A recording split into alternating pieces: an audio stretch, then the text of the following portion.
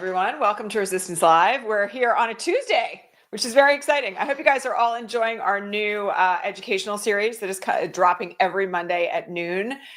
Going forward, we really enjoyed it, and we got so many great comments from all of you yesterday, so that was really nice. We have, unfortunately, yet another executive order to talk about this morning. This one came out last night and caused mass panic across the interwebs. So I want to just, give you guys everything that you need to know about that one, because I'm going to remind you of a key talking point. I'm just going to say it up front. These EOs are designed to terrify people, and whether or not they ever go into effect is a huge question mark. So we have a lot to discuss on that front, along with lots of other great things like an election in Canada that really went well. So let's get started. First things first today for our visually challenged viewers, I am wearing a gray t-shirt with a black blazer over top. My hair is down. I'm a pink skin, green eyed, dirty blonde haired woman. I'm in front of my bookshelf and my yellow utility cart as usual. And I'm coming to you from occupied Muncie, Lenape, and Mohican land. Okay. So last night, Trump signed an EO that is putatively concerning law enforcement. And essentially what it does is it says to the Attorney General, you have 90 days to evaluate how the military and other resources of the U.S. government could be conveyed to law enforcement in the states to, quote unquote, prevent crime. And, it's not awesome. It does kind of also contain some stuff in there that says, people who commit, he doesn't put it in this language, but essentially what it says is like, if you are prosecuted for wrongful conduct in the line of duty as a law enforcement officer, the pro bono resources of various law firms. Now we know, by the way, what it is that he's intending to extract from these law firms that cave to him. Those law firms should provide pro bono resources to defend police officers who have been accused of wrongdoing. Okay, so people went absolutely nuts about this EO last night. Lots of people saying this is martial law. This is, or martial law is coming. We're on a 90-day countdown. I have to just remind all of you, in addition to the fact that these EOs are currently designed fundamentally as acts of terror, they're designed to get people completely freaked out. Almost every single executive order that he has signed since he took office has been challenged in court. The vast majority of them have had injunctive relief, temporary restraining orders put into place to stop them from doing what they're doing. When I pointed this out last night on Blue Sky, what a whole bunch of people said was, well, he may not have the power to do it, but he's doing it anyway. That actually is false. And I have to just remind everyone, I know you all come here to be talked off the ledge, but seriously, one of the problems we have right now is there's this kind of confirmation bias out there that Trump is getting away with everything. It was literally just last week, 4 days ago now, that the Trump administration rolled back all of those visa erasure cases where they essentially said thousands of foreign students who are studying inside the United States, your visa is canceled, you have to leave. They rolled that back. And not because they felt like it, but because there were literally dozens of injunctions entered in federal court so those individuals could stay in the United States. And they didn't actually have the line of resources, meaning actual attorneys in U.S. attorney's offices, they didn't have enough of them to defend the number of lawsuits that were incoming to challenge that particular executive order, or actually to challenge that particular executive action. So one of the things that people need to be kind of terribly mindful about right now is that there is enormous mechanisms in play for good that are restraining what the Trump administration is doing. And every time you see one of these executive orders, what I want you to remember is two things. First, that they are not laws, that literally they're not much more than a post on Truth Social in terms of the weight that they actually carry to get anything done. The only purpose of executive orders is to give instructions to agencies. That's it. It's not a declaration of martial law. It's not an incitement of the Insurrection Act. It's not a determination that he's going to weaponize every police force in America. More on that in a second. It's just words. And so when people kind of completely freak out about this, what you're actually doing is first of all, engaging in the contagion of terror, because everybody who reads you on social media is simultaneously going to be terrified. And the second thing that it does is it distracts us. And in this instance, a number of these EOs over the weekend, in the last few days, were designed quite effectively, I will add, to distract from Trump's incredibly cratering poll numbers. Like, he has the lowest rating of any president in his first 100 days since they started tracking the polls. Okay. Now, this EO may be designed to do a secondary thing, because one of the things that is kind of between the lines on this is that they want to weaponize local law enforcement to take down protesters. He knows people are pissed off. He knows people don't like what he's doing. He knows people are worried about the economy, and they really don't like his immigration policies right now. He is seeing, just as all of us are, incredibly growing mass mobilization that is, at this point, pushing back quite substantially in many ways against Elon Musk, done a lot of damage to Tesla, which I'm all in favor of, pushing back against the administration. We've seen huge mass mobilizations this month alone. And one of the things he wants people to do is be scared and stay home, right? Be scared and stay home. And, I want everyone to be terribly, terribly thoughtful about the purpose of why he's putting this stuff out rather than just the effect. Okay. The other thing about local law enforcement that we have to be really, really thoughtful about here is that local law enforcement is subject to state and local law. Now, I know there are plenty of people running around right now on the internet saying laws don't matter, but I'm going to tell you right now, Donald Trump does not have the authority to say to, let's just say hypothetically, the Newark Police Department that they have to go shoot protesters. He can't do that. And I'm not, you all know how I feel about the police, generally speaking. You all know how I feel about law enforcement and the prison industrial complex. If you've been here for any length of time, you know exactly how I feel about all of these things. But I'm just going to tell you that it is going to take the abdication of the authority of governors, mayors, police chiefs in whatever district around the country where he decides he wants to do this in order for anything that he's signaling in this EO to take effect. So the idea that there is a concern here, hang on a second. I just realized something very significant about this particular broadcast, which I'm going to fix. We have commentators on here right now who are not paid subscribers. So let me just fix that. Save. There we go. All right, everybody. Sorry about that. So one of the things that I just want to say about this, by the way, is that, we have to actually deal with the reality of what we're facing. And one of the problems with the reality of what we're facing, which is that there are some very scary things happening. Okay. Like, no question about it.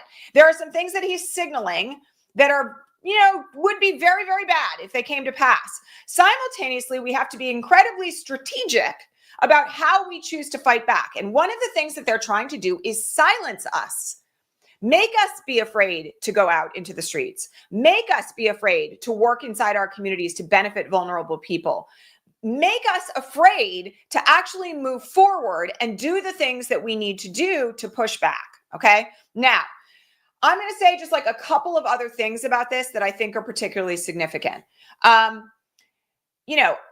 The pushback that I get on this, whenever I point out to people that he can't actually do what he's doing, in addition to people saying like the law doesn't matter, which by the way is bullshit. Okay. Again, I'm going to point to the writing of Timothy Snyder, who says repeatedly, you stand on the viability of institutions. If you give them authority that they don't have, then those institutions will degrade. So everybody out there who's like, the law doesn't matter, you're actually doing fascism's work for it. Just pointing it out. Okay. Like, those are things that you should not say. Just like you should not be out there saying like all hope is lost, we're fucked, all that other kind of stuff that people are commonly saying on the internet. All right. One of the other things that I just want people to be mindful of, though, is that there are real immediate threats right now to marginalized folks, particularly to immigrants, trans people, brown and black folks in this country, as always. And at the moment, terribly exacerbated against anyone who's an immigrant, black, brown, indigenous, well, not indigenous because they're not immigrants, white, right?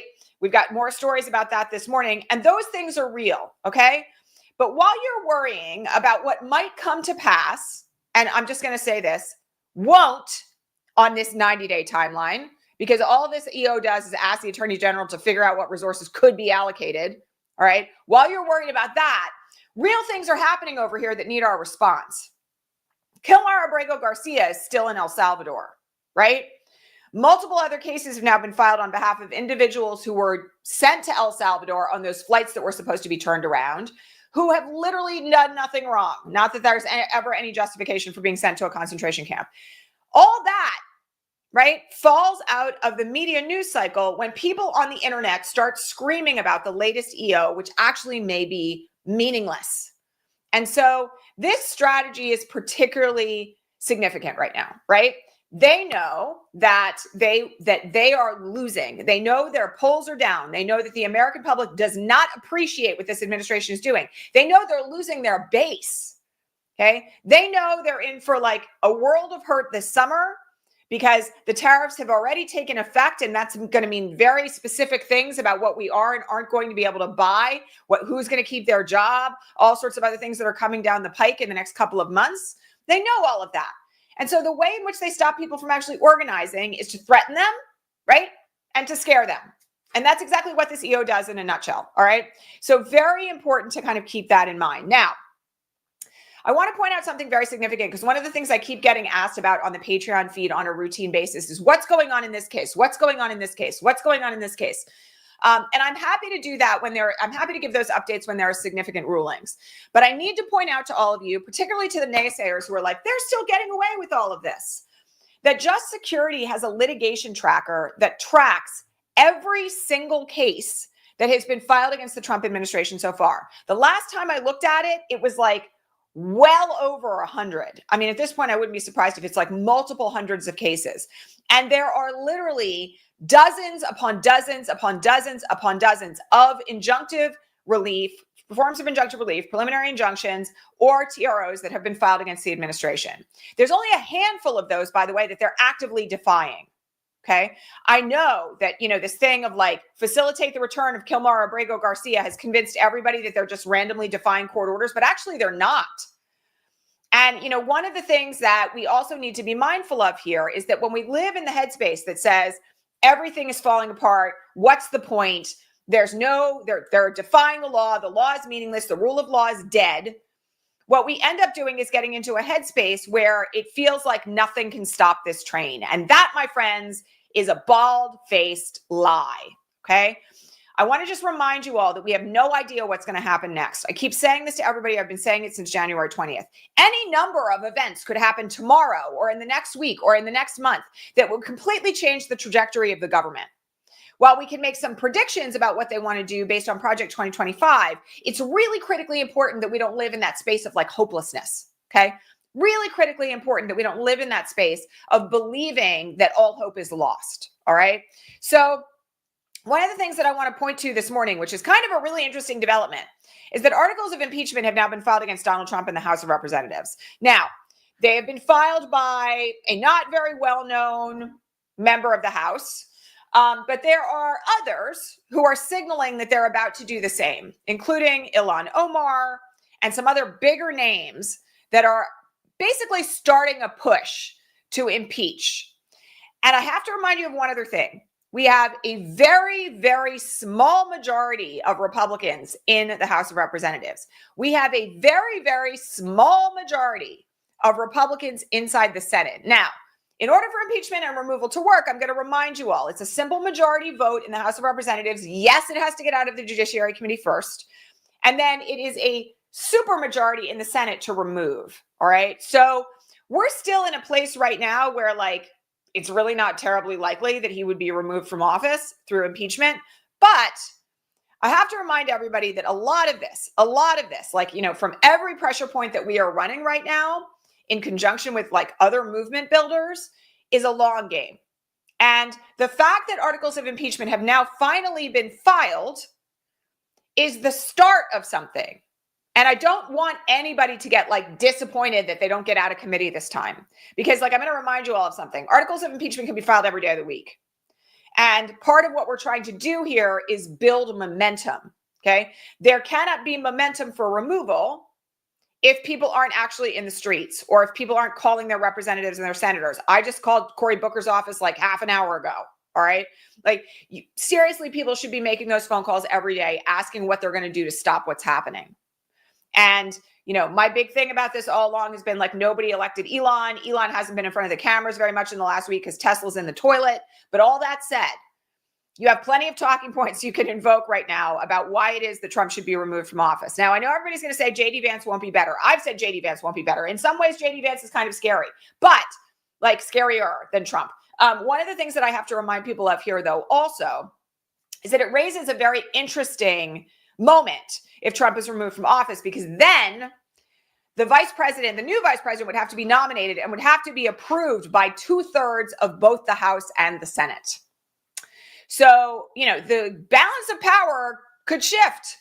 And, if, God forbid, Donald Trump doesn't, stay in office for some act of God reason or a health reason, one of the things that we also have to keep in mind here is that the balance of power could shift that way.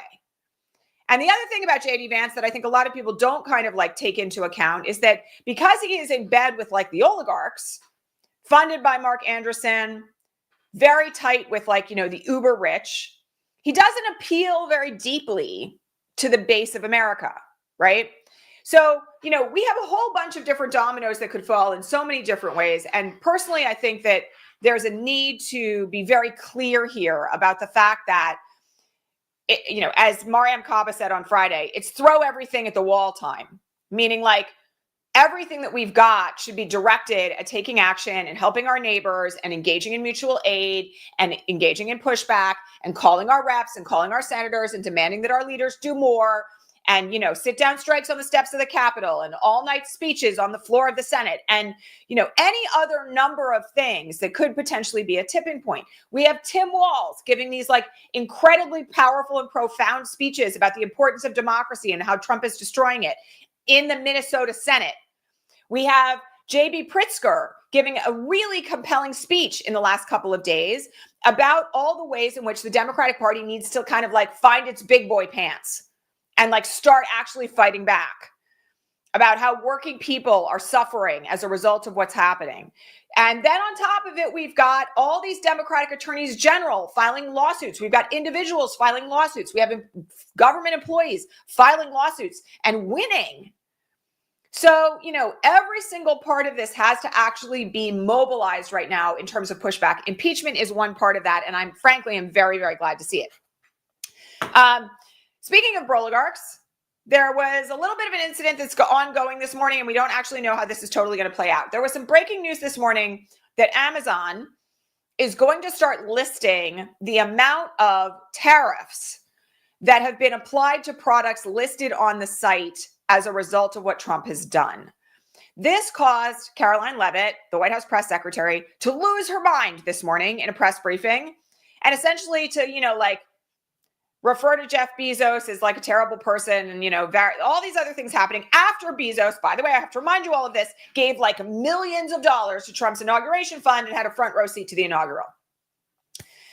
This is your reminder that, it doesn't matter what you do to placate Trump. You might as well stand up and fight because he's going to come for everybody no matter what anyway. Just before I came on the air, there was a little bit of a walk back on this from Amazon, but I'm not really sure exactly how this is going to play out. Essentially, what they claimed was that their Amazon haul site, which is like, I had never heard of this before this morning, frankly, some very, very low cost bulk buying platform on Amazon was planning to attach a tariff number, that it wasn't going to be site wide and that they're like looking at it. I'm just going to say that I actually think that the American public is going to wonder why, especially people who aren't as tapped in as you and I, why it is that suddenly everything is way more expensive. And the tariff thing is actually quite smart. If you were a business person, just think about this through the lens of being a business person. You would not want to take the blame for the tariffs that have been artificially imposed on your supply chain in the viewpoint of your customer. You would want to say to your customer, I didn't do this. We still want your loyalty, but we're suffering with this just in the same way that you are. So attaching the tariffs to the price actually would be good business, in addition to the fact that it's just like what people deserve to know. So I'm not sure how this is going to play out. But again, I had a really good laugh this morning about Jeff Bezos simply because he should know better. And I think one of the things that we're all learning in this era, if we didn't know it before, I've never been a fan of Elon. My kids got into battles with other kids in school in California about this because so many people in California own Teslas long before Elon, kind of showed his true colors as a part of Doge, by the way, for which he's now carrying around a little badge like he's 12 years old. One of the things that, this era should teach us is that these men who have accumulated so much wealth, hoarded so much wealth that everyone else in the country is suffering, are actually, like, generally speaking, not very smart. And I think one of the things that kind of brought us to this point is that we've been artificially willing, because of patriarchy and white supremacy, to attribute certain qualities of capability to the super rich, as opposed to looking at them as exploiters, people who have taken advantage of so many people and acquired so much wealth that they're essentially like living off of the bodies of every other person in the country, right? Bezos is not terribly smart. I'm just going to say it. Elon Musk has like the mental capacity of a child and never should have been given this whole kind of like environmental genius label that he had thanks to Tesla. So, again, I just want to remind you all that none of them have thought this through. And one of the problems with being that rich is you're so detached from the reality that every other human being has where you live that you may not realize the rage and the disgust that has developed in people as a result of what you're doing when you get in bed with a fascist, right? So again, lots of things to think about in this regard, but I'm going to be watching the situation with Amazon and Bezos closely. And I will tell you, I don't think they're the only retailer who's going to be doing this by far. Okay. We have to talk about ICE for a second because there are multiple breaking stories this morning of long-term residents of the United States being detained. This morning, there was a story about an Irish woman who is here on legal status, like 20 years inside the United States, goes to Ireland to visit her sick dad, comes back into the country and is detained by ICE. Their justification is that she had like a weed arrest or some kind of like low-level drug possession arrest 20 years ago. And now they're saying that's enough for her to be detained and potentially deported. She is white. Not that should matter in this instance, but one of the things that unfortunately is happening is there's a lot more press coverage being given to white individuals who are being detained by ICE, as opposed to the masses of brown individuals that are being like literally black bagged off the streets of America on a daily basis right now. In addition to that, there are stories of people who are working outside the country who are now struggling to get their passports renewed because for whatever reason, the Department of State has decided that they don't deserve to return to their country of origin. Again, U.S. citizens. We've also had news breaking this morning that now ICE is looking for unaccompanied minors. This is very common if you did any work around Lights for Liberty or family detention in the first administration. They're now looking for unaccompanied minors to deport, meaning like you show up as a kid. This happens more often than you would think. I know an awful lot about this, unfortunately, thanks to all the work that we did in 2019. You show up as a teenager. Let's say you're 12, you're 13, you're 14. Your aunt lives in the country and is here to help you have support. You're coming to see your aunt. You're applying for asylum because your family has been persecuted. Your mother has been raped by a gang, something along those lines. And you have been sent here to live with your aunt so that you can have safety. That's a very common experience, by the way.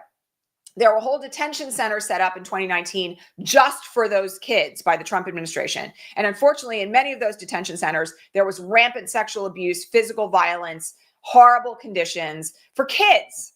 Okay. And this is on top of the story that we talked about last week about the 3 kids, 2, 4, and 7, who are U.S. citizens, born here, birthright citizens, who were deported to Honduras last week with their mother. U.S. citizens.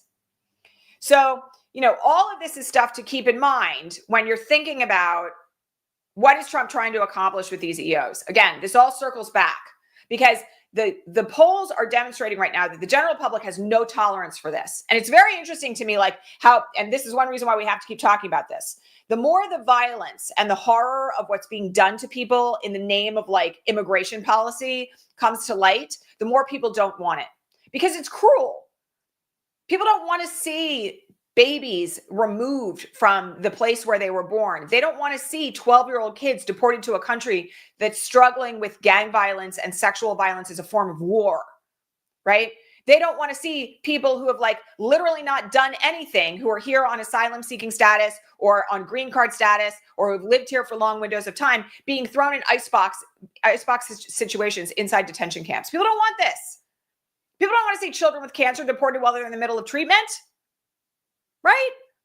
I mean, so again, keep in mind what they are trying to do when they are putting out these things that make everybody so inflamed. It's a strategy.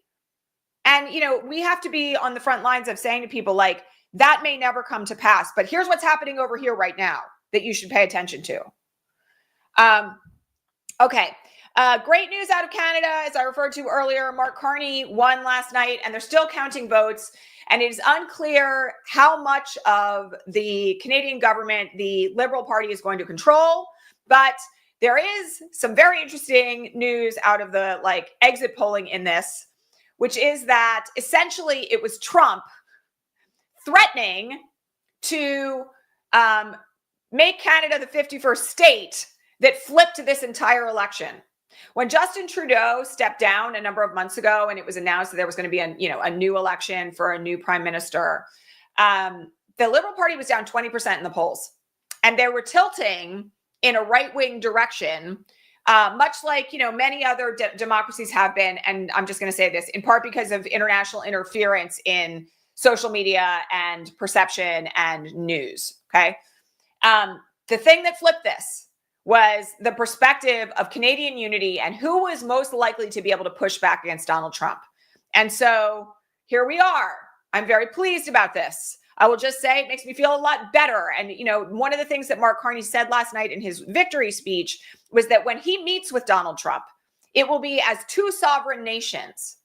And there will be no discussion about this crazy 51st state idea. And also, and he said this explicitly, the United States needs to understand that they are not the only option in terms of allyship, in terms of trade and the like.